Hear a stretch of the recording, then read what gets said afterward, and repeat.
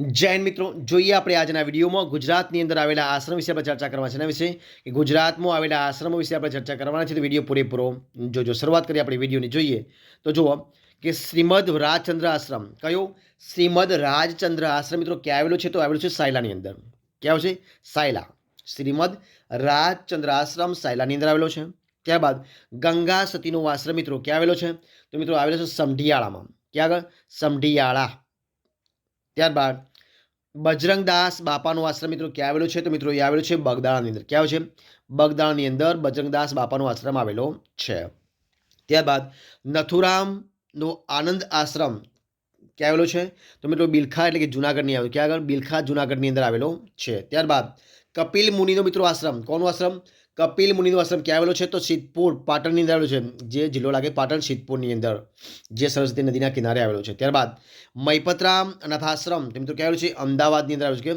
મૈપતરામ અનાથાશ્રમ આવેલો છે અમદાવાદની અંદર આવેલો છે. ત્યારબાદ કોચરબ આશ્રમ મિત્રો ક્યાં આવેલો છે? તો કોચરબ આશ્રમ આવેલો છે અમદાવાદની અંદર. ક્યાં આવેલો છે? અમદાવાદમાં. ત્યારબાદ સાબરમતી આશ્રમ મિત્રો ક્યાં આવેલો છે?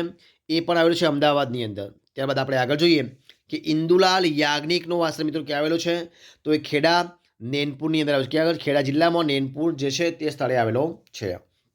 ત્યારબાદ પૂજ્ય મોટાનો હરિઓમ આશ્રમ. કયો? પૂજ્ય મોટાનો હરિઓમ આશ્રમ મિત્રો ક્યાં આવેલો છે? તો આવેલો છે નડિયાદની અંદર. ક્યાં છે? નડિયાદની અંદર. ત્યારબાદ રંગ અવધૂતનો આશ્રમ મિત્રો ક્યાં આવેલો છે? તો આવેલો છે નારેશ્વર વડોદરાની અંદર. ક્યાં? નારેશ્વર વડોદરાની અંદર આવેલો છે. ત્યારબાદ સરદાર સ્વરાજ આશ્રમ ક્યાં આવેલો છે? તો બારડોલી સુરતની અંદર. સુરત જિલ્લો લાગે છે અને બારડોલી તાલુકાની અંદર આવેલો છે સરદાર સ્વરાજ આશ્રમ.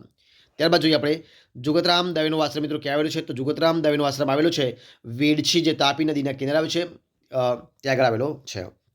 ત્યારબાદ કસ્તુરબાનો સેવાશ્રમ ક્યાં આવેલો છે? તો મરોલી નવસારીની અંદર. કસ્તુરબાનો આશ્રમ આવેલો છે મરોલી, જે નવસારી જિલ્લો લાગે છે ત્યાં આગળ આવેલો છે.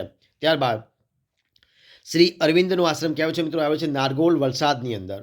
ત્યારબાદ મકરંદ દવેનો આશ્રમ ક્યાં આવેલો છે? મકરંદ દવેનો નંદીગ્રામ આશ્રમ ક્યાં આવેલો છે? તો આવે છે ધરમપુર વલસાડની અંદર.